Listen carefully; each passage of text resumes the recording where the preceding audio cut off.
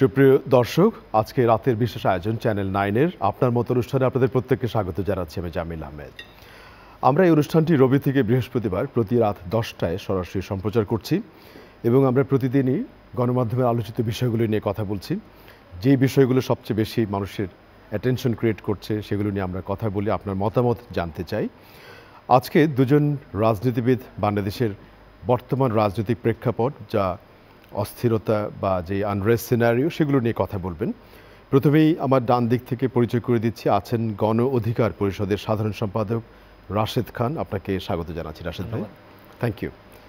একই সাথে টেলিভিশন টকশোর অত্যন্ত পরিচিত মুখ, বিএনপির প্রশিক্ষণ বিষয়ক সম্পাদক ABM মোশাররফ হোসেন আছেন আমাদের সাথে।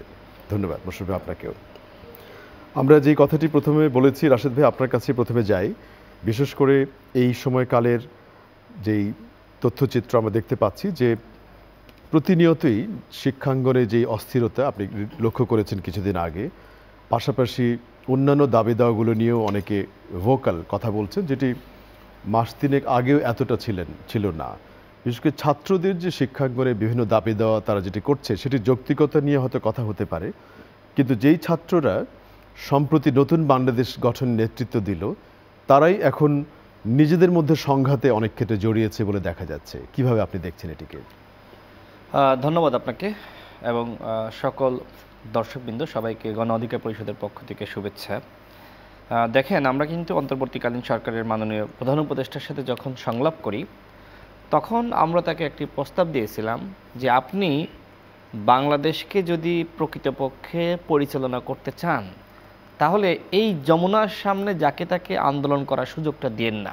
এটা আসলে ইউরোপ আমেরিকা না। আমরা ফার্স্ট যেদিন ইউনূস সাহেবের সাথে আমরা সংলাপে যাই, সেদিন দেখলাম যে পুলিশের বঞ্চিত কর্মকর্তারা সেখানে আপনার আন্দোলন করছে এবং এক প্রকার যমুনা ঘেরাও করে রেখেছে। এবং এই দৃশ্য দেখে আমরা কিন্তু তখনই জানিয়েছিলাম যে এগুলো করতে দিয়েন না। তো যাই হোক, সেই সময় আমাদের কথা শুনলেন।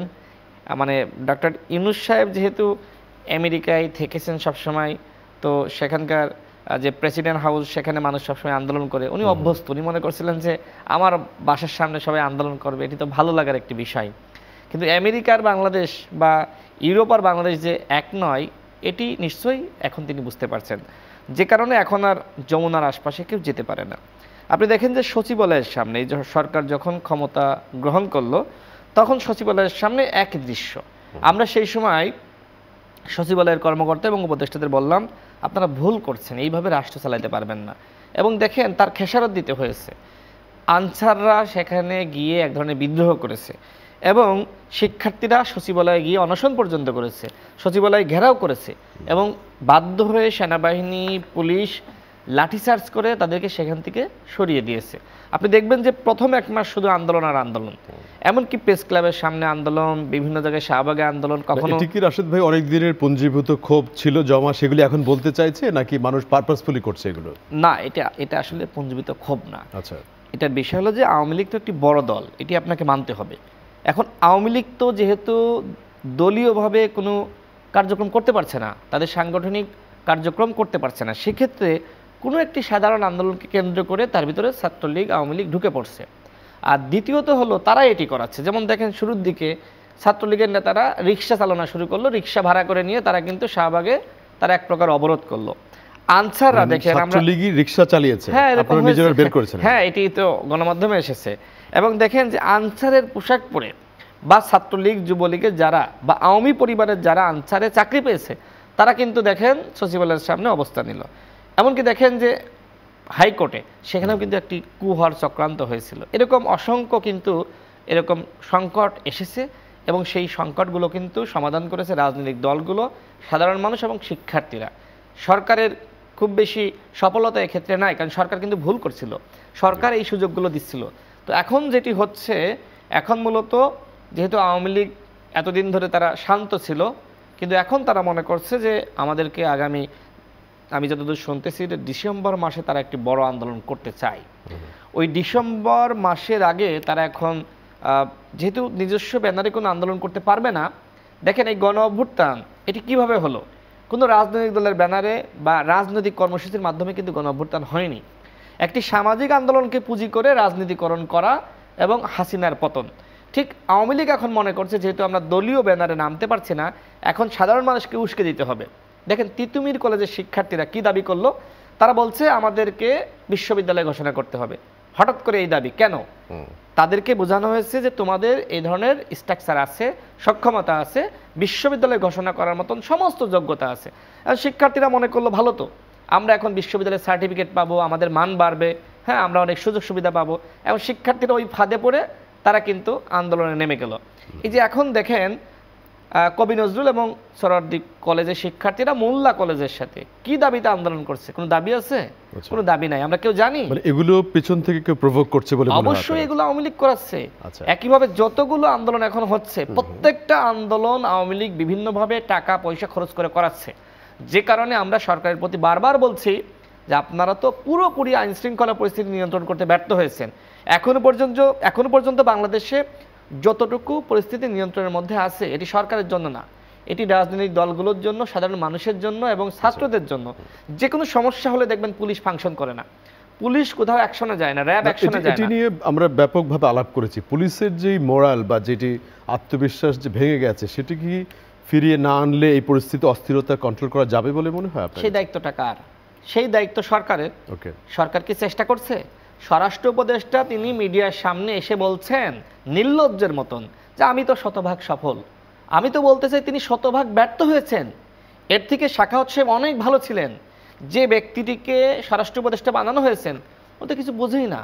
জনগণকে কিভাবে ডিল করতে হবে, কিভাবে আন্দোলনটা থামাতে হবে তিনি কিছুই বোঝেন না। তার মতন মানুষকে স্বরাষ্ট্র উপদেষ্টা বানানো হয়েছে। তো আইন শৃঙ্খলা পরিস্থিতি তো নিয়ন্ত্রণের বাইরে যাবে।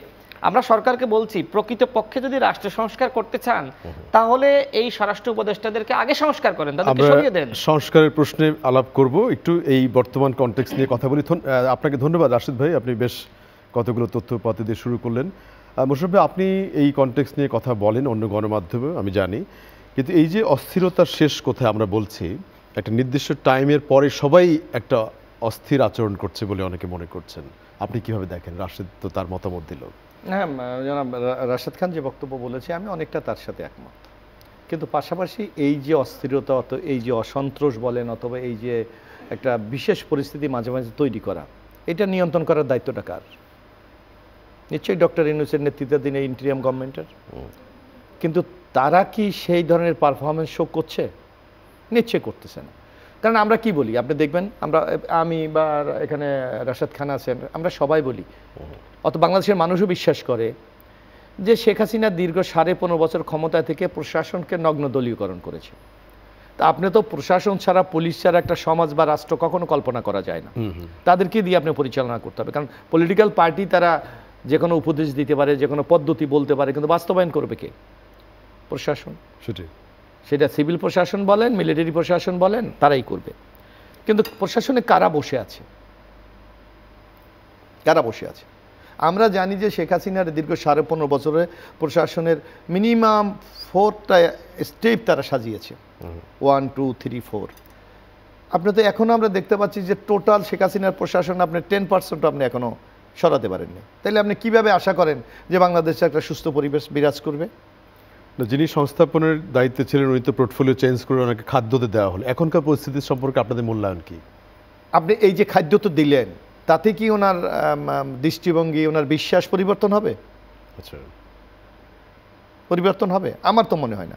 কারণ এরা কারা কারা বেনিফিশিয়ারি আপনি দেখবেন, এখানে রাশেদরা খানরা আছেন, এরা তো শীর্ষ নেতা হিসেবে গভর্নমেন্টের সাথে আলোচনা করে। আপনি 64টা জেলা আপনি দেখেন, আমরা পত্রপত্রিকা দেখেছি যে ডিসি নিয়োগ নিয়ে কী হয়েছে। এত কথা যে আপনি আওয়ামী লীগের সেট আপটাকে আপনি সরাবেন। আমরা পত্রপত্রিকায় দেখেছি, গণমাধ্যমে দেখেছি যে 39 জন আওয়ামী লীগের যারা সুবিধাভোগী তাদেরকে আপনি ডিসি নিয়েছেন। এখন তাদেরকে দিয়ে একটা জেলা সুস্থভাবে চলবে, এই সরকারের পক্ষে থাকবে, আপনি ভাবার কি কারণ আছে? এটা তো যৌক্তিক, কিন্তু এই যে একটা লম্বা সময় 3টা মেয়াদের 15-16 বছর, এটি কি আপনি ড্রাস্টিক্যালি চেঞ্জ করতে পারবেন? বিকল্প প্রশাসনিক ব্যবস্থা কি গড়ে উঠেছে? এটা হলো আপনার মেসেজটা কি? এই যেমন আমি একটা বলি, আজকে শেখ হাসিনার আমলে যারা অন্যায় করেছে, গুণ করেছে, প্রায় 1,500 লোককে আমার এখানে হত্যা করেছে, শহীদ হয়েছে যারা, তাদের বিরুদ্ধে মামলা হয়েছে। মামলা হলে আমরা কি হয়েছে? আমাদের বিরুদ্ধে মামলা দরকার নাই, শুধু আমি দল করি এই কারণে আমাদের গ্রেপ্তার করি আসামি দিয়েছে। আমি জানি না রাশেদরা যখন আলোচনা করে গভর্নমেন্ট প্রশাসনের সাথে, এই সরকার বলছে মামলা হলেই তাকে গ্রেফতার করা যাবে না, তাহলে আপনি এমনি মামলা করলেন কেন?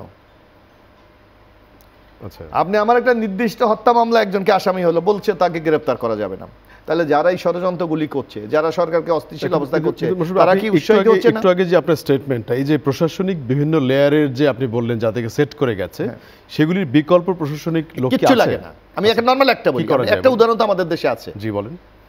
বিচারপতি শাহাবুদ্দিনের কথা আপনাদের মনে আছে? বিচারপতি শাহাবুদ্দিন কিন্তু মাত্র একটা অবাধ সুষ্ঠু নিরপেক্ষ নির্বাচন করার সময় পেয়েছিল মাত্র 2 মাস, হয়তো 45 দিন। উনি 3 মাসে কিন্তু ব্যবহার করেন, এর আগে নির্বাচন শেষ করে নিয়ে চলে গেছে।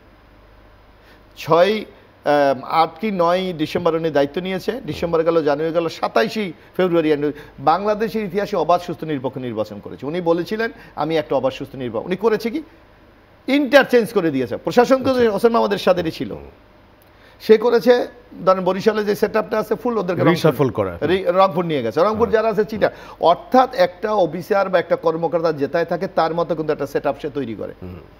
আর যখনই এক জায়গায় চেঞ্জ হয়ে যায় সে কিন্তু রাতারাতি কিন্তু তার মতো সেটআপ সে তৈরি করতে পারে না।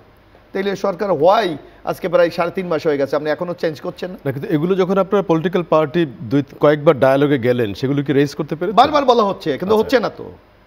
ওকে, হচ্ছে না তো, বারবার তো বলা হচ্ছে। আপনি দেখলেন আমরা প্রকাশ্যে সত্য মিথ্যা, আমরা যারা নাগরিক আমাদের তো জানার অধিকার কাছে, আমরা দিলাম ডিসি নিয়োগে একেবারে আপনার গণমাধ্যমে কি মেসেজ আদান প্রদান হয়েছে তা সহ মেসেজ দেওয়া হয়েছে। সেই সচিবকে আপনি সরিয়েছেন। আমার কথা অপরাধ হোক করুক বা না করুক, আপনার জনমতে তো একটা বিশ্বাস আছে, আপনি তো বিশ্বাসের জায়গাটাকে আপনি এস্টাবলিশ করতে পারেন নাই, আপনি সেখানে সে বসে আছে। তাহলে আপনি কিভাবে এই সেটআপ থাকার কারণেই অস্থিরতাকে কন্ট্রোল করা যাচ্ছে না? তারপর আরেকটু ব্যাপার, আমরা কি বাংলাদেশে দেখি যে আপনার কিছু কিন্তু পারফরমেন্সের উপর ডিপেন্ড করে গভর্নমেন্টের কতটুকু সফল। আপনি আমাদের দেশে কিছু মিনিস্ট্রি আছে এগুলি খুব ইম্পর্টেন্ট, যেগুলি মানুষের দৃশ্যমান মানুষ লক্ষ্য রাখে। এখন পরিকল্পনায় কি হলো এটা কিন্তু সাধারণ মানুষ দেখে না। মানুষ দেখে এলজিডিতে কি হচ্ছে, মানুষ দেখছে কমার্সে কি হচ্ছে, মানুষ দেখছে স্বাস্থ্যতে কি হচ্ছে, শিক্ষায় কি হচ্ছে, হোমে কি হচ্ছে। আপনি কি এদের কোনো মুভমেন্ট লক্ষ্য করেন? আপনি বলেন তো স্বাস্থ্য উপদেষ্টার নাম কি? জানি আমি, নূরজাহান বেগম।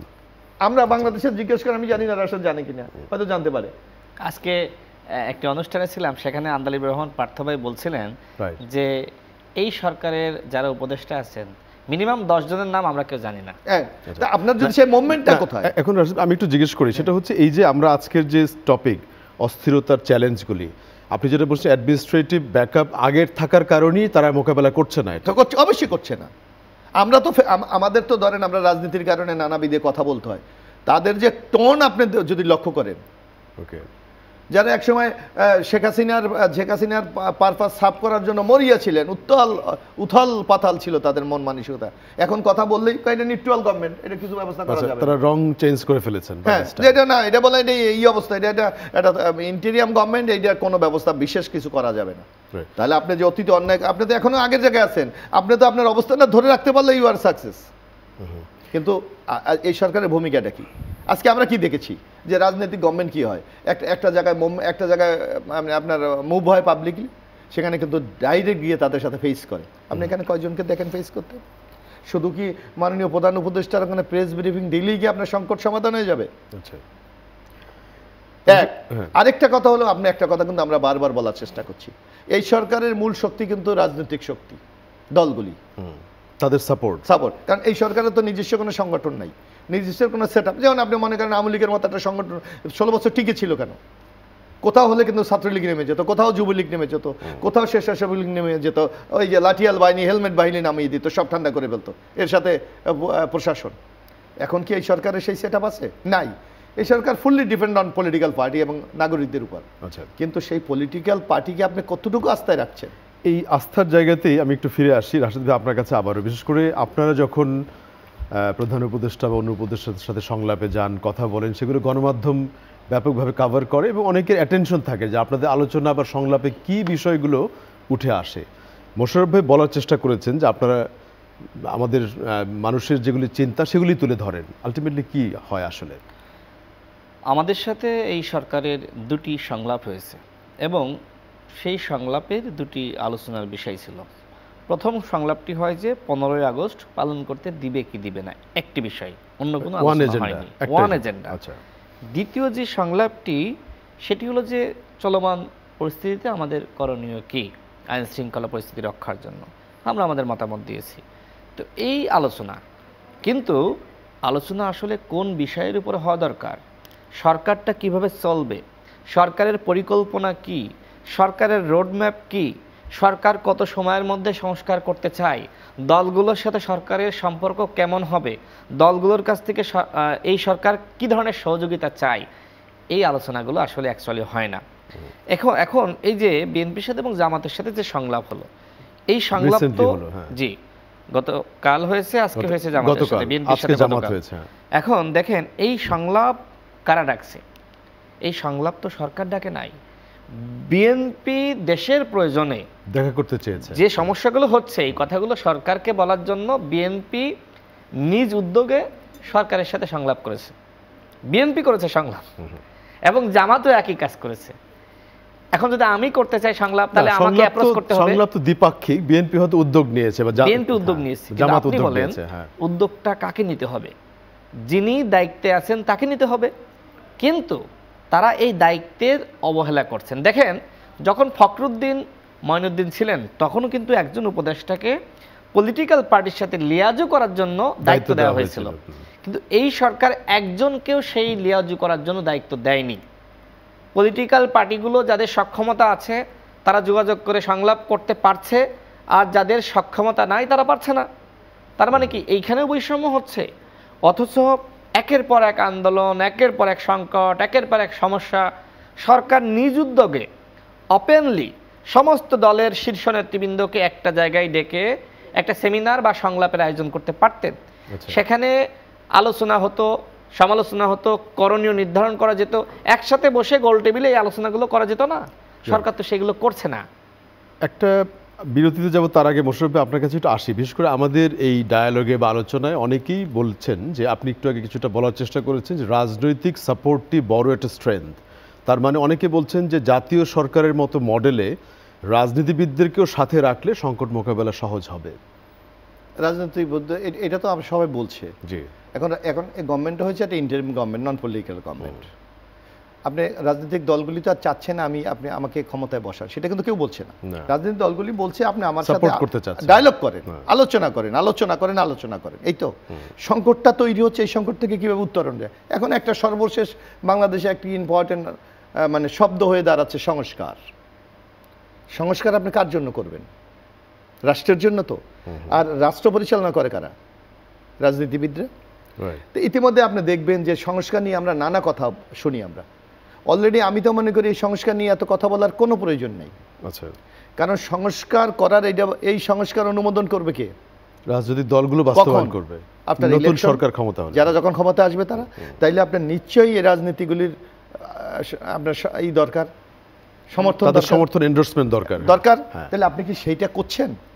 আমি তো মনে করি এই যে সংলাপের অনলি 2 মান্থস লাগে, আপনার আর কিছু দরকার নেই। আপনার এই সংস্কার করতে আপনি আমাকেও বসিয়ে দেন, আমি 2 মাসের মধ্যে শেষ করে দিই। কারণটা কি আমি বলি। আজকে দেখেন বিএনপির নেতৃত্বাধীন রাশেদ খানরা আছেন, আপনি প্রায় 42টা দল না, যুগপথে ছিলাম 43টা দল মিলে তারা রাষ্ট্র সংস্কারের জন্য 31 দফা একটা দিয়ে দিয়েছে, এবং রিটেন, নট বাইবেল, মানে মৌখিক না, আচ্ছা দিয়েছে। ধরেন আপনি 31টা টেবিলে আপনার আছে। জামাত প্রেস কনফারেন্স করে তাদের সংস্কার প্রস্তাব দিয়ে দিয়েছে। আচ্ছা, বাম জনগণ জোট, এই বিশেষ করে 3টা জোট, তারা দিয়ে দিয়েছে। প্রতিনিয়ত এইটা কিন্তু আপনি বলছেন 31 ডিসেম্বর লাগবে কেন? না, হ্যাঁ, আমি বলছি 31 ডিসেম্বর তো আপনার শুধু রিপোর্ট, ওকে, দেন আফটার পলিটিক্যাল পার্টি, আর তারপরে অন্যান্য স্টেক হোল্ডার, মানে আপনার একটা দীর্ঘমেয়াদী একটা পরিকল্পনা আপনার আছে। কিন্তু আমি মনে করি দীর্ঘমেয়াদী পরিকল্পনা কোনো দরকার নেই। রাজনৈতিক দলেরা কি চাচ্ছে তার রিটেন তারা দিয়ে দিয়েছে আপনাকে, এটা মৌখিক না যে 2 দিন পর তারা অস্বীকার করবে ওই জায়গাতে। আলটিমেটলি 31 দফার অতিরিক্ত আর কিছু দেবে বলে মনে হয় না। যদি হয় আপনি দিতে পারেন, এটা পার্টিগুলি তো বলছে যে এটা it is not a Quran or Bible, এটা চেঞ্জ, পরিবর্তন যোগ্য। আপনি যদি মনে করেন যে বিএনপির 31 দফার সাথে আপনি 5 দফা সংযুক্ত করবেন, করেন, বিএনপিতে আপত্তি করছে না। অথবা যদি মনে করেন এখান থেকে আরো আমি 10 দফা কমিয়ে দেবো, আপনি দিতে পারেন। আমি বলি তাইলে আপনার কাছে সব সংস্কার প্রস্তাবটা আছে, মানে থাকার পরেও এত সময় লাগার কথা না। এখন আপনি এটা অ্যাকসেপ্ট করবেন কি করবেন, আপনি সংযোজন করবেন বা বিয়োজন করবেন, এই জায়গাতে আরো ফিরবো। কিন্তু আপনি বলছেন সংবিধান পুনর্লিখবেন, আপনি কেউ কেউ বলছে নতুন রচনা করতে হবে। এইগুলি তো আপনি কি বিষয়ে আবারও ফিরে আসছি, সংস্কারে যান। আবার আমরা ফিরছি এই আলোচনায় এবং দুজনেই কথা বলবেন। দর্শক, আশা করছি আপনারাও আমাদের সাথেই থাকবেন। আজকের এই অনুষ্ঠানে আপনাদের প্রত্যেককে আবার স্বাগত জানাচ্ছি। জামিল আহমেদ, আমাদের সাথে দুজন অতিথি স্টুডিওতে আছেন, বিএনপির প্রশিক্ষণ বিষয়ক সম্পাদক এবিএম মোশাররফ হোসেন এবং গণ অধিকার পরিষদের সাধারণ সম্পাদক রাশেদ খান। আমরা আবারও আলোচনায় ফিরে আসি, বিশেষ করে যেই প্রসঙ্গে ছিলাম রাশেদ ভাই, যে পলিটিক্যাল পার্টির কমিটমেন্ট বা সমর্থনই হচ্ছে এই সরকারের একটা বড় ভিত্তি, যেটা মোশাররফ ভাই বলেছেন। আপনারাও যারা এই যে 31 দফা দিলেন, সেটির আপনার মূল কথাটি ছিল যে রাজনৈতিক দলগুলো সংস্কার প্রস্তাবগুলো আসলে বাস্তবায়ন করবে পলিটিক্যাল পার্টি যারা নির্বাচিত হবে। তাহলে এই সময়টি কেন প্রয়োজন ডিসেম্বর পর্যন্ত, সেই আলোচনায় আপনাকে আমরা একটু রিফ্লেক্ট করতে বলি। আসলে তাদের সময় কেন লাগছে সেটি আসলে তারাই বলতে পারবে, কারণ তাদের কাজগুলো আমরা জানি না। তারা বলছেন যে আমরা 24 ঘন্টা কাজ করছি, তারা এই কথা বলছেন যে আমরা সব সময় কাজ করছি, কিন্তু কি কাজ করছেন সেটি আসলে দৃশ্যমান না। যদি আমরা জানতাম যে তারা এই কাজগুলো করছেন, তাহলে আমরা তাদের উপরে সন্তুষ্ট থাকতে পারতাম এবং এই টকশোতে এসে আমরা তাদের প্রশংসা করতে পারতাম। দেখেন, এই সরকার তো আমাদের সরকার, আমরা দাবি করছি না যে এই সরকার আন্দোলনের সরকার, গণ অভ্যুত্থানের সরকার। গণ অভ্যুত্থান কারা করলো? গণ অভ্যুত্থান কাদের জন্য অপরিহার্য ছিল? রাজনৈতিক দলগুলোর জন্য। কারণ কি? কারণ এই যে আওয়ামী লীগ সরকারের আমলে দলগুলোর নেতাকর্মীরা গুম, খুন, নির্যাতন, মামলা, হামলা শিকার হচ্ছিল। সাধারণ মানুষ এবং সাধারণ শিক্ষার্থীদের তুলনায় রাজনীতিকরা এবং নেতাকর্মীরা তারা সব থেকে বেশি ভুক্তভোগী হচ্ছিল। সুতরাং তারাই কিন্তু সব থেকে বেশি চেয়েছে যে এই গভর্নমেন্টের পতন হোক। এবং যখন কোটা সংস্কার আন্দোলন 18 সালে আমরা করেছি, আপনি জানেন, ওই সময় কিন্তু দলগুলো চায়নি যে এই কোটা সংস্কার আন্দোলনকে কেন্দ্র করে হাসিনার পতন হোক। আপনি তো ফোরফ্রন্টে ছিলেন তখন। হ্যাঁ, এক্স্যাক্টলি। আমি ওই সময় ফার্স্ট অ্যারেস্ট হই, একটানা 15 দিন রিমান্ডে ছিলাম, নির্যাতনের শিকার হয়েছি। এরপর আমরা আন্দোলন আবার জেল থেকে বের হয়ে আমরা সফল করেছি। তো জাস্ট একটু বলি, 1 মিনিটের মধ্যে একটু হিস্ট্রিটা, ব্যাকগ্রাউন্ডটা বলা দরকার। সেটি হলো, যখন আবার এই 24 সালে 30% কোটা ফিরে আসলো, তখন আমরা ভাবলাম যে এইবার আর শুধুমাত্র কোটা আন্দোলনের মধ্যে সীমাবদ্ধ রাখলে হবে না, এই আন্দোলনটাকে কাজে লাগাইতে হবে। সেক্ষেত্রে সাংগঠনিক শক্তি বাংলাদেশে যে দলের সব থেকে বেশি, সেই দল হলো বিএনপি, এরপরে জামাত ইসলাম বা অন্যান্য দল।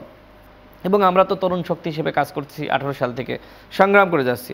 তখন কিন্তু আমরা, আমাদের সভাপতি নুরুল হক নূর এবং আমি নিজে, বিএনপির স্থায়ী কমিটির সদস্য জনাব সালাউদ্দিন আহমেদের মাধ্যমে জনাব তারেক রহমান সাহেবকে আমরা কিন্তু বললাম যে আপনি কাজে লাগান, আমরা আমাদের অভিজ্ঞতা এখানে আমরা কাজে লাগাবো এবং আশা করি ভালো কিছু হবে। তো জনাব তারেক রহমান কিন্তু আমাদের সেই প্রস্তাব গ্রহণ করেছিলেন এবং বিএনপি গণ অধিকার পরিষদ কিন্তু একসাথে অভ্যুত্থানের পুরোটা সময় আমরা কাজ করেছি। দেখেন, এই আন্দোলনে আমাদের সভাপতি নুরুল হক নূর অ্যারেস্ট হয়েছে, আমার বাসায় 2 বার অভিযান চালিয়েছে, বিএনপির অসংখ্য নেতৃবৃন্দকে গ্রেপ্তার করেছে, আমাদের নেতৃবৃন্দ গ্রেপ্তার হয়েছে, বিএনপির সম্ভবত 422 জন শহীদের তালিকা প্রকাশ করেছে। আমাদের দলের 11 জন শহীদ হয়েছে, অসংখ্য মানুষ কিন্তু গুলিবিদ্ধ হয়েছে। দলগুলোর কিন্তু ব্যাকএন্ডে এই ভূমিকা আছে। হ্যাঁ, সাধারণ মানুষের অবশ্যই ভূমিকা আছে এবং সাধারণ শিক্ষার্থীদের ভূমিকা আছে, কিন্তু আপনি দেখেন এই যে দলগুলো 2014 সাল থেকে 13 সাল থেকে লাগাতার আন্দোলন করছে শেখ হাসিনার বিরুদ্ধে, সাধারণ মানুষ, সাধারণ শিক্ষার্থীরা নামে নাই। কিন্তু একটি অভ্যুত্থান বা একটি বিপ্লব যদি সফল করতে হয়, সেখানে সাধারণ মানুষ, সাধারণ শিক্ষার্থীদের অংশগ্রহণটা লাগে।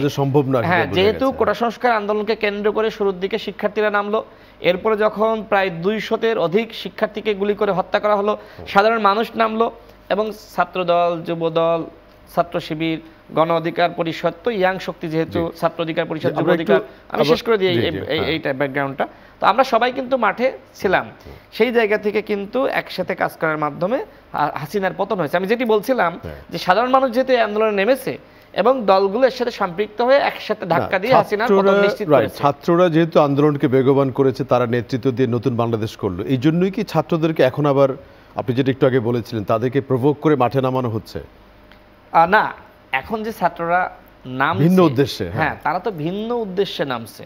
তারা কেউ আওয়ামী লীগের ফান্দে পড়ে, আমি যেটি শুনলাম সামাজিক যোগাযোগ মাধ্যমে দেখলাম যে এখন ছাত্রলীগ স্কুল ড্রেস পরে এই শিক্ষার্থীদের সাথে যুক্ত হচ্ছে এবং যুক্ত হয়ে তারা ম্যাসাকার করছে। ছাত্রলীগের পক্ষে কি স্কুল ড্রেসের মতো ছোট হওয়া সম্ভব কিনা? তা তো ইয়াং স্কুল ড্রেস, কলেজের শিক্ষার্থীরা আছে না, কলেজের ড্রেস পরতে পারে। আপনি দেখেন ওই যে মোল্লা কলেজের সামনে একজন শিক্ষার্থীকে পেটাচ্ছে একজন লুঙ্গি পরা মানুষ কাঁচা মেরে, এই লোকটিকে নিশ্চয়ই আওয়ামী লীগের পেতাত্তা, নিশ্চয়ই আওয়ামী লীগের শ্রমিক লীগের কেউ হবে। সুতরাং এই যে শিক্ষার্থীদের আন্দোলনকে কেন্দ্র করে এই ধরনের অঘটন ঘটছে, এই কারণেই কিন্তু আমরা সরকারকে বারবার বলছি। পাশাপাশি ইসকনের ঘটনাটিকে আপনি কিভাবে দেখেন? ইসকনের ঘটনা নিয়ে আসি। দেখেন, এই মুহূর্তে সরকারকে বুঝতে হবে কোনটি গুরুত্বপূর্ণ, আমাদের ফোকাস কোথায়। যদিও আমাদের দেশের মানুষ অনেকটা আবেগ তাড়িত, আমি অনেক কথা বললে মাইন্ড করতে পারি, কিন্তু বলতে হবে এই মুহূর্তে ইসকন নিয়ে নাড়াচাড়া দেওয়া আমাদের কাজ না। নাড়াচাড়াটি কে দিল? নাড়াচাড়া তো যেই দিক না কেন, অ্যারেস্ট হওয়ার সাথে সাথে ওনারা প্রতিবাদ করছেন সারা দেশে, তখন ওনাকে রাষ্ট্রদ্রোহী। আমি মনে করি যদি তার বিরুদ্ধে কোনো স্পষ্ট অভিযোগ থাকে, সরকারের উচিত শুধুমাত্র এই ধরনের বক্তব্য না দেওয়া যে তার নামে রাষ্ট্রদ্রোহিতার মামলা আছে, অথবা এটি না বলা যে তিনি রাষ্ট্রদ্রোহী অপরাধ করেছেন। আমার মনে হয় যে তার বিরুদ্ধে কি অভিযোগ সেটি স্পষ্ট করতে হবে, তাহলেই বুঝবো যে তাকে ধরা আসলে যৌক্তিক ছিল বা যৌক্তিক ছিল না। এখন আমার কথা হলো, কিছুদিন আগেই কিন্তু ফরহাদ মাজার, আবার শুনলাম তিনি নাকি সরকারের সাথে আলোচনা করে সেখানে গিয়েছেন, তার সাথে সাক্ষাৎ করেছেন। ফরহাদ মাজারের সহধর্মিণী নিজে কিন্তু একজন উপদেষ্টা। সুতরাং বিষয়গুলো আপনি বোঝার চেষ্টা করেন যে ফরহাদ মাজার তার সাথে যদি সাক্ষাৎ করে থাকে, কি কারণে, কি উদ্দেশ্যে সাক্ষাৎ করলো, সেটি কিন্তু সরকারকে খতিয়ে দেখতে হবে। গ্রেফতারের জন্য প্রতিবাদও করেছেন। আমরা এই জায়গাতে একটু আমি শেষ করে দিই, 1 মিনিট সময় দেন, নাহলে ফিনিশিংটা হবে না। তো দেখেন, তার সহধর্মিণী উপদেষ্টা যাইতে ব্যাপার না, তিনি সরকারের সাথে আলোচনা করেই নাকি সেখানে গিয়েছেন। আমার কথা হলো, সামগ্রিক বিষয়গুলো আসলে কি সরকারকে বলতে হবে। যদি তাকে ধরা হয়, ফরহাদ মাজার অন্যদিকে প্রতিবাদ করছে, তার মানে কি ফরহাদ মাজার কি রাষ্ট্রদ্রোহিতার অপরাধ করলো? এই জায়গাতে একটু ফিরে আসি যে মোশাররফ ভাই, বিশেষ করে যখন আমরা বলছি যে অস্থিরতার শেষ কোথায়, ছাত্রদের পাশাপাশি যে ঘটনাটি আসলো, এটিকেও কিন্তু অতিরঞ্জিত করে দেখানো হচ্ছে ইন্টারন্যাশনাল মিডিয়াতে। বাংলাদেশের আমরা কিন্তু একটা সাম্প্রতিককালে দেখছি সাম্প্রদায়িক সম্প্রীতি এতটা ডেটোরেট করেনি যতটা বলা হচ্ছে। আপনি কিভাবে দেখেন? না, এটা আপনার সাথে একমত। বাংলাদেশে আজকে আমি একটু কথা বলি, আপনি নিশ্চয়ই দীর্ঘদিন এই যে টকশো মানে আমাদের মতো রাজনৈতিক কর্মীদেরকে নিয়ে আপনি বহু কাজ করেন। আপনি নিশ্চয়ই মনে থাকার কথা যে সংসদে দাঁড়িয়ে তোফাল আহমেদ সাহেব বলেছিলেন, যদি আজকে আওয়ামী লীগ ক্ষমতা থেকে চলে যায়, 1 রাতের 5 লাখ মারা যাবে। তো বাংলাদেশে হাসিনা পালিয়ে যাওয়ার পর কয়জন আওয়ামী লীগের 1জন লোক মারা গেছে কিনা আপনাকে দেখান। অর্থাৎ বাংলাদেশের মানুষের মাঝে সেই সহনশীলতা, সেই ধৈর্য এবং রাজনৈতিক দলগুলির সেই দায়িত্ববোধ ছিল, যার কারণে কিন্তু পরিস্থিতি অত্যন্ত সফলভাবে মোকাবেলা করেছে। এবং আপনি দেখেন যে আমাদের পার্শ্ববর্তী দেশ থেকে যে একটা ইন্ধন, যে আমাদের সংখ্যালঘুদের উপর অত্যাচার, নির্যাতন, আসলে আপনি একটা নির্মোহভাবে বিশ্লেষণ করেন যে বাংলাদেশে এই ধরনের একটা বিচ্ছিন্ন 2-1টি ঘটনা ছাড়া, তাও personal, it is not a political, অথবা কোনো একটা ধর্মীয় গোষ্ঠীকে শেষ করে দেবে এমন না, 2-1টি যদি ঘটে থাকে সেটা বিচ্ছিন্ন, যেটা আমি কোনো সামগ্রিক আমাদের এই অর্জনকে ম্লান করার মতো কোনো সুযোগ এখানে নাই। তাইলে কেন এই ঘটনাগুলি ঘটছে? অর্থাৎ যে কথাটি রাশেদ চমৎকার উত্থাপন করেছেন, আপনি একদিকে একই ঘরে একদিকে আপনি উপদেষ্টার দায়িত্ব পালন করবেন, অন্যদিকে আপনি আরেকজনের সাথে দেখা করবেন, অর্থাৎ মেসেজটা কি? It's a double standard. আপনাকে তো ক্লিয়ার করতে হবে যে আপনি ফেসিবাদের বিরুদ্ধে, আপনি এই যে গণ অভ্যুত্থানের পক্ষে থেকে আগামী দিনে আপনি গণতন্ত্র প্রতিষ্ঠা করবেন, এটাই তো আমাদের মূল টার্গেট। কিন্তু সেখানে আমাদের যে এই আশঙ্কাটা, আপনি দেখেন যে আজকে অনেকে বলতে থাকে বিএনপি অনেক তাড়াহুড়া করছে, বলে না? সেটাই আমরা চাই যে সংলাপের চাইতে নির্বাচনের ব্যাপারে বেশি, আমরা যা চাই যে বাংলাদেশটা একটা গণতন্ত্রের দিকে এগিয়ে যাচ্ছে, এই ধারাটা অব্যাহত থাকুক। আপনি যদি একটা দীর্ঘ সময় নেন, পরিস্থিতি অবনতি করতে পারে, যেটা সামগ্রিক অর্জনকে কিন্তু নিঃশেষ করে দিতে পারে, ধ্বংস করে দিতে পারে। যার জন্য আমরা চাই যে জনগণের যতক্ষণ পর্যন্ত সেন্টিমেন্টটা এই সরকারের পক্ষে আছে, আপনার নিচে আমি একটা কথা বলি যে 111 গভর্নমেন্টের কথা আপনার নিচে মনে আছে, আপনি তখন 2007 থেকে নয় প্রথম 6 মাস ফখরুদ্দিন মঈনুদ্দিনের জনপ্রিয়তা কিন্তু আকাশচুম্বী ছিল, আকাশচুম্বী। তাদের কোনো, এখন তো আমরা এই 2 মাসের সমালোচনা করার সাহস পাচ্ছি, তখন কথা বলার মতো কোনো সাহস ছিল না, এই অবস্থা পরিস্থিতি ছিল। এখন ওপেননেস ব্রডনেস বেশি, একটু আগে কম ছিল। এখন আমি বলছি 6 মাসের মধ্যে কিন্তু একেবারে আকাশ থেকে মাথা পাতালে পড়ে গেছে। কারণ যখন জনগণের বিরুদ্ধে তার অবস্থান নিল, হাট বাজার ভেঙে দিল, দুর্মূল্য চরম ঊর্ধ্বগতি, তখন কিন্তু তাদের এই যে এইটা যেটা কি বলে মধুচন্দ্রিমা কিন্তু 6 মাসের মধ্যে শেষ হয়ে গেল। তা আমরা তো চাই ডক্টর ইউনূস শুধু আমাদের না, সারা বিশ্বের একটা গর্ব, তাকে নিয়ে আমরা গর্ব করি। তার নেতৃত্বে এই সরকার যদি কোনো কারণে ব্যর্থ হয়, যার জন্য আমাদের বারবার তারেক রহমান বলেছে, আপনি নিশ্চয়ই লক্ষ্য করবেন, ডক্টর ইউনূসকে কোনোভাবে ব্যর্থ হওয়া যায় না, দেওয়া যায় না। যদি ব্যর্থ হয় তাহলে বাংলাদেশ ব্যর্থ হবে। যার জন্য আমরা কিন্তু প্রতিনিয়ত বিএনপি এখন আমরা অনেকটা পাহারাদারের মতো দায়িত্ব পালন করি।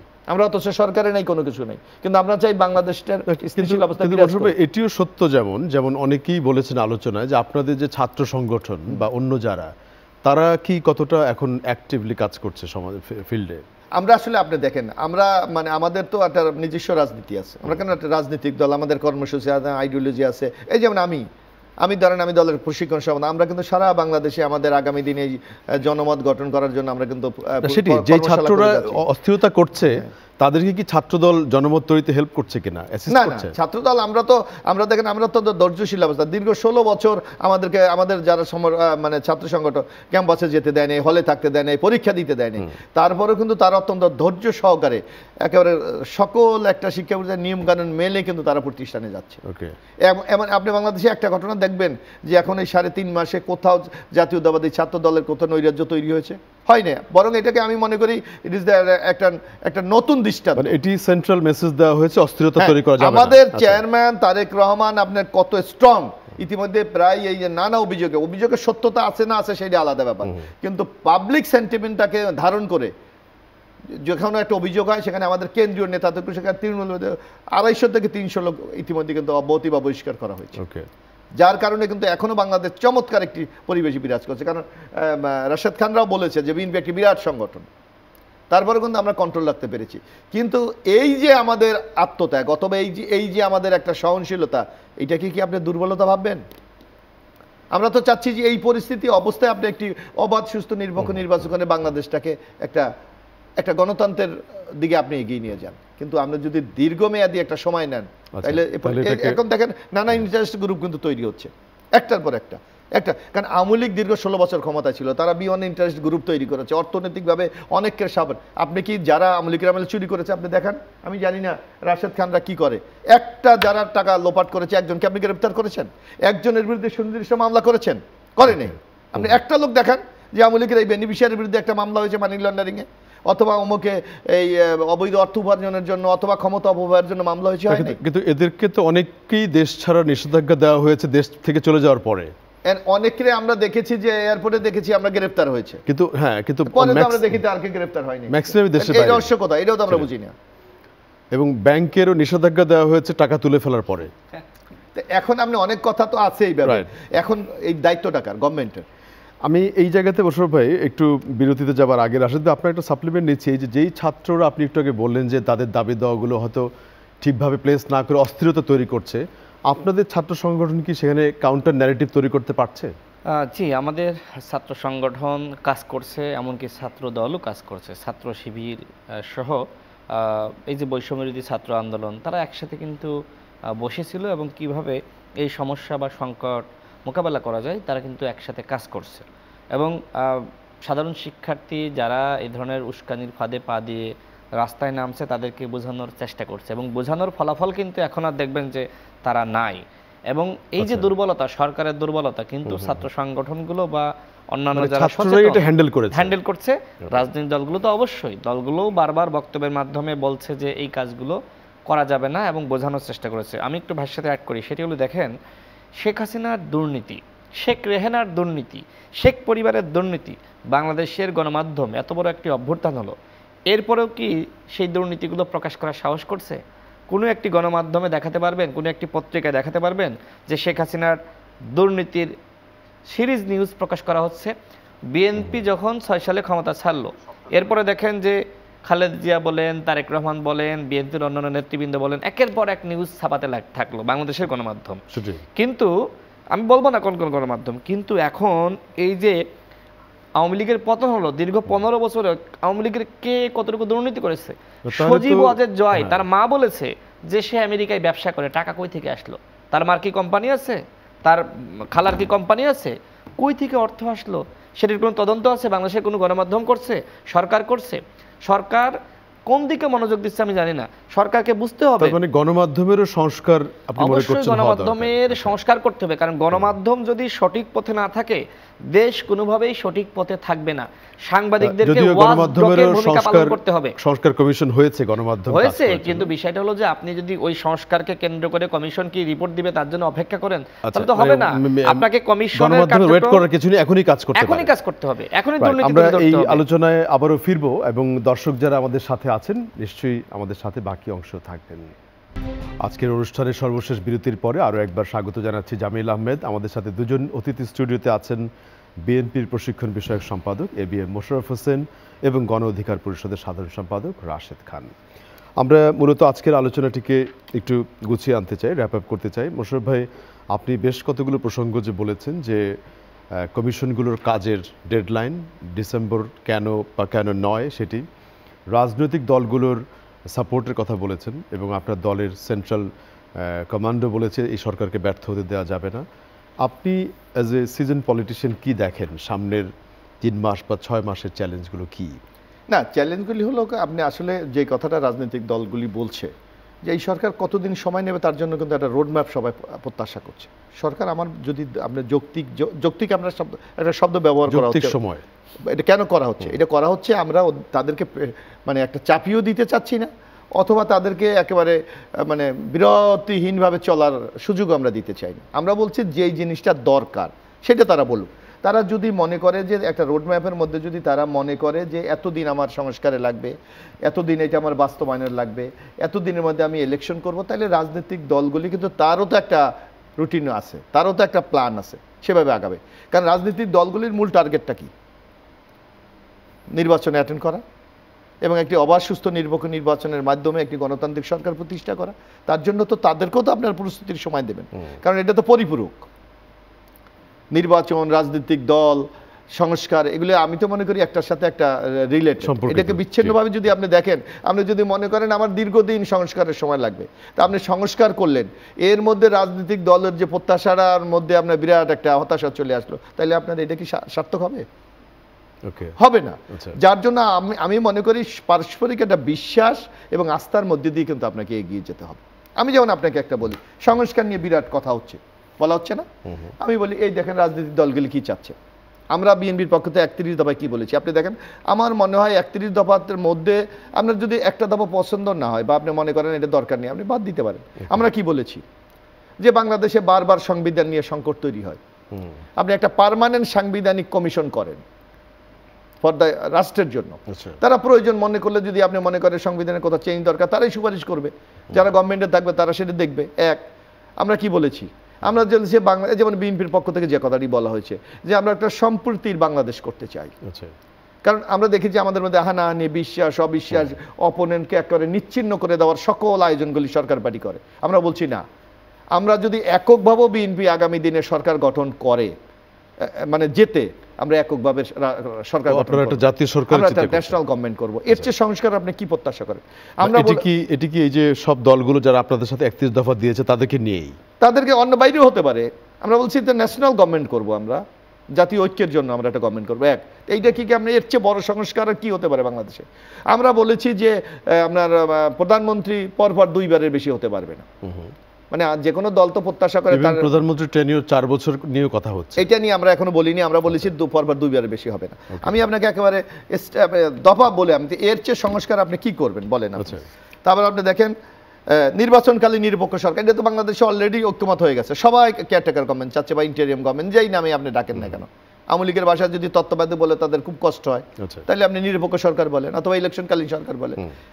সব দল চাচ্ছে, সবাই চাচ্ছে প্রেসিডেন্ট এবং প্রধানমন্ত্রীর খবরের মধ্যে একটা ক্ষমতার ব্যালেন্স করতে, আমরা সেটা চাচ্ছি। প্রধানমন্ত্রী 2 বছর। আমরা তো আবার বলছি যে এই যে যারা পলিটিক্স করে তাদের তো ইলেকশন করার একটা সুযোগ আছে 300 সিটে। আমরা এর বাইরেও তো সমাজে অনেক লোক আছে, যেমন আপনি গণমাধ্যমে কাজ করেন, আপনি তো ইলেকশন করার সুযোগ নেই, কারণ আপনার তো মার্কা নাই আপনার কাছে, আপনি স্বতন্ত্র করবেন। কিন্তু বাংলাদেশে মার্কার সামনে সরকার টেকে না, এটা নর্মাল একটা ট্রেডিশন। পেশাজীবীরা কিভাবে কন্ট্রিবিউট করতে পারে, এর জন্য আমরা বলছি আপার হাউস আমরা তৈরি করব। আমরা সংবিধানের সবচেয়ে বড় সংকট বলে যে পার্লামেন্ট ইজ নট অ্যাক্টিভ। কেন? 70 আর্টিকেল ইজ ইম্পর্টেন্ট রেস্ট্রিকশন। আমরা বলছি এটা তুলে দেবো। আমরা 4টা ক্ষেত্রে শুধু আর্টিকেল 70 কার্যকর হবে। একটা হলো আস্থা ভোট, যাতে গভর্নমেন্ট ফলটা করে। 2 নম্বরে আপনার বাজেট পাস। 3 নম্বরে হলো কোনো সংশোধনীর জন্য আপনি ভোট দিতে হবে, চতুর্থ হলো স্টেট সিকিউরিটি, রাষ্ট্রের নিরাপত্তার জন্য আপনি। তো এর চেয়ে আপনি সংস্কার, আমরা বলেছি নির্বাচন কমিশন জীবনে আইন নেই। এখন এই যে আমরা নির্বাচন কমিশন সার্চ কমিটি আমরা মনে করি ইট ইজ নট এফেক্টিভ। আপনি কোন 10 জন সার্চ কমিটি আপনার মনোনয়ন দিয়েছে আপনি জানেন? আমি জানি। ওখানে আপনি বলছেন আরো ট্রান্সপারেন্ট হতে পারতেন, যার জন্য আপনি আইন করেন, পার্মানেন্ট আইন করেন যে কোন কোন যোগ্যতা একজন নির্বাচন কমিশন হতে পারে, হ্যাঁ, তার শিক্ষা অভিজ্ঞতা কি থাকবে, তার শিক্ষাগত যোগ্যতা কি থাকবে, তার সমাজের ওই ফ্রেমে ফেললে দেন আপনি মানুষকে পেয়ে যাবেন। আপনি যদি আমি দেবো তো এখান থেকে, আমি তো আর বিদেশ থেকে আনতে পারবো না, কিন্তু আপনার যদি একটা ক্রাইটেরিয়া আপনি রেডি করে দেন, ওর মধ্যে আসলে আপনার মধ্যে একটা কনফিডেন্স বিল্ড আপ করবে যে আমার তো এই শর্তের মধ্যে থেকে হয়েছে, তার সাথে আমার লোক হয়েছে। আপনি দেখেন আমরা বলেছি সাংবিধানিক ও প্রাতিষ্ঠানিক যে ইগুলি আছে, আপনার পাবলিক সার্ভিস কমিশন কিভাবে হয়, যে গভর্নমেন্ট আসে নিজের ইচ্ছা মতো নিয়োগ দিয়ে দেয়, আপনি মঞ্জুরি কমিশন নিজের মতো দিয়ে দেয়, আপনার ওই যে মানব অধিকার নিজের। আমরা বলছি প্রত্যেকটির ব্যাপারে একটা মানে কনস্টিটিউশনাল বডি থাকবে যারা নিয়োগ দেবে। তারপর judicial commission, already judicial council supreme কোর্টে এস্টাবলিশড হয়ে গেছে, আমাদের দাবির অনেকটা পূরণ হয়ে গেছে।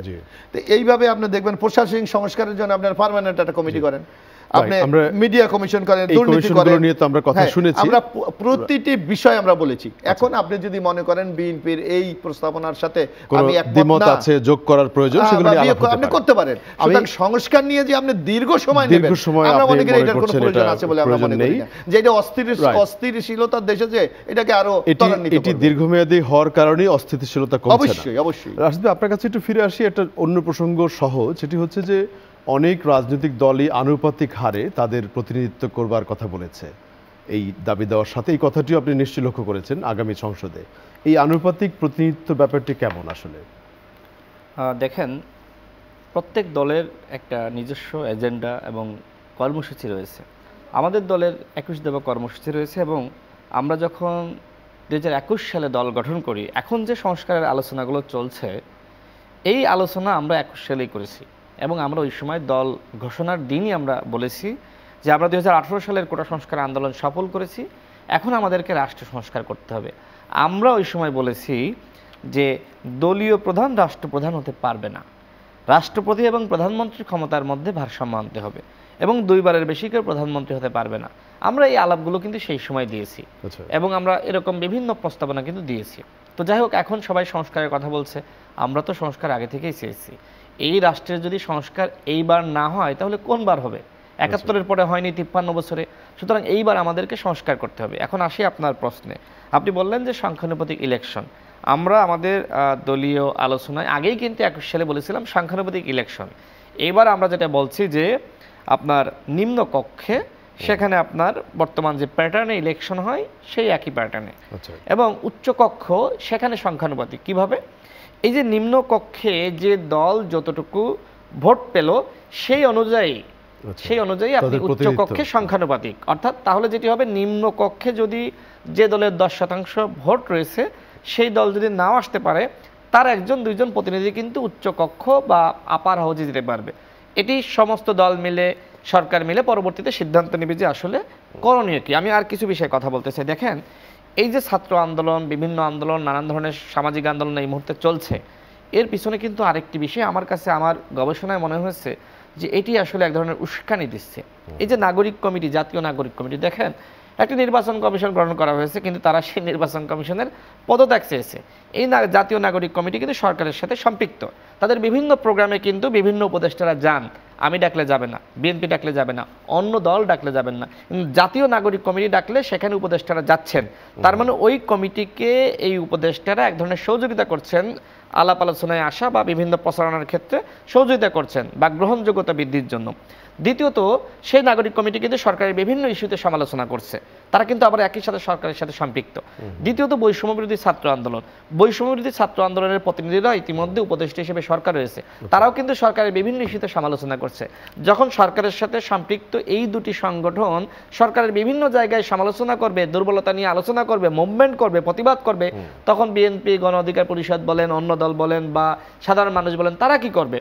তারা দেখবে যে সরকারের সাথে সম্পৃক্ত বৈষম্যবিরোধী ছাত্র আন্দোলন, জাতীয় নাগরিক কমিটি আন্দোলন করছে, আমি কেন পারবো না? সুতরাং সরকারকে বলবো, আগে তাদের বিষয়ে আপনারা সিদ্ধান্ত নেন যে তারা আসলে কতটুকু সমালোচনা করা উচিত কি উচিত না। দ্বিতীয়ত হলো, দেখেন যে দল গঠনের একটি আলোচনা আসছে, যারা উপদেষ্টা হিসেবে রয়েছেন তাদের অনেকেই কিন্তু বিভিন্ন আকারে ইঙ্গিতে নতুন রাজনৈতিক বন্দোবস্ত বা নতুন রাজনীতির উত্থান, নতুন রাজনীতির উত্থান, তরুণদের রাজনীতি, যারা কমিশনে রয়েছে, যারা সরকারি উপদেষ্টা হিসেবে রয়েছে, সরকারে রয়েছে, তারা কিন্তু এই কথাগুলো বলছেন। দেখেন, যারা বৈষম্যবিরোধী ছাত্র আন্দোলনের নেতৃত্ব দিল, তারা যদি নেতৃত্ব দেওয়ার পরপর সরকারে না গিয়ে একটি দল গঠন করতেন, মানুষ কিন্তু ওয়েলকাম জানাতো। এখন আবার আলোচনা আসছে যে কোন কোন উপদেষ্টা দল গঠন করার জন্য পদত্যাগ করে দলে আসবেন। এখন আপনি দায়িত্ব নিয়েছেন রাষ্ট্র সংস্কার করার জন্য, আপনি অর্ধেক সংস্কার করে বাকি অর্ধেক সম্পূর্ণ না করে আপনি চলে আসবেন। প্রথম দিকে দল গঠন করলে ভালো হতো। হ্যাঁ, অর্ধেক সংস্কার করে বাকি অর্ধেক না করে, আমাকে 1 মিনিট সময় দেন, আমি 1 মিনিটে শেষ করি। অর্ধেক সংস্কার করলেন, বাকি অর্ধেক না করে আপনি পদত্যাগ করে দল গঠন করার জন্য চলে আসলেন, তাহলে কি হলো? তাহলে তো সংস্কারটা হবে না। সুতরাং আমরা তাদের প্রতি আহ্বান রাখতে চাই, রাষ্ট্র সংস্কারের যে গুরু দায়িত্ব হাতে নিয়েছেন সেই দায়িত্ব পালন করেন। আমার কথা হলো যে এখন রাষ্ট্র সংস্কার মানে কি? আপনি কি আনলিমিটেড চলবেন? না, আপনাকে অবশ্যই গুরুত্বপূর্ণ প্রতিষ্ঠানগুলো সংস্কার করতে হবে। আজকে জামাতও দেখলাম বললো যে গুরুত্বপূর্ণ সংস্কারগুলো করার মাধ্যমে ইলেকশন দেন। বিএনপি একই কথা বলছে, অন্য দলগুলো রোডম্যাপ চাচ্ছে। তো আমরা মনে করি সরকারের উচিত হবে, যেহেতু তারা দেশ চালাতে আসলে এক ধরনের ব্যর্থ হয়ে গেছে, তারা কিন্তু পারছে না। ভাই যেটি বললেন যে ফখরুদ্দিন মঈনুদ্দিনের 6 মাসের সমালোচনা করা যেত না, এই সরকার 2 মাস শেষ হওয়ার পরপরই দেখেন যে এখন শুধু সমালোচনা। আমি তো প্রায় প্রতিদিন বিভিন্ন টকশোতে যাচ্ছি, এখনো পর্যন্ত কাউকে দেখি নাই যে সরকারের প্রশংসা করছে। সর্বশেষ যেটি বলবো যে আমাদের এই মুহূর্তে কিন্তু রাজনৈতিক সংস্কার কমিশন গঠন করতে হবে। জাতীয় ঐক্য এবং সংহতি পুরোপুরি ভেঙে গেছে, যেটি আমাদের তৈরি হয়েছিল 5 আগস্টের আগে, সেটি আমাদের অবশ্যই করতে হবে। জাতীয় ঐক্য এবং সংহতি প্রতিষ্ঠা করতে হবে। দ্রব্যমূল্যের নিয়ন্ত্রণ করা এই সরকারের গুরু দায়িত্ব, সেটি কিন্তু তারা করছে না। পুলিশ এবং র্যাবের মধ্যে যারা সন্ত্রাসী ছিল, গুলি চালিয়েছে, সরাসরি তাদেরকে গ্রেপ্তার করতে হবে। আওয়ামী লীগের মিনিমাম 1 লাখ নেতাকর্মীকে গ্রেপ্তার করতে হবে, কারণ মিনিমাম সারা দেশ মিলে তারা কিন্তু অপরাধী। যদি জেলখানায় তাদের জায়গা না হয়, অবশ্যই নতুন জেলখানা তৈরি করতে হবে। শেখ পরিবারকে কিন্তু ছাড় দেওয়া হচ্ছে, শেখ পরিবারকে গ্রেপ্তার করতে হবে। সর্বশেষ বলবো, শেখ হাসিনা এবং তার পরিবারের ব্যাপক দুর্নীতি রয়েছে।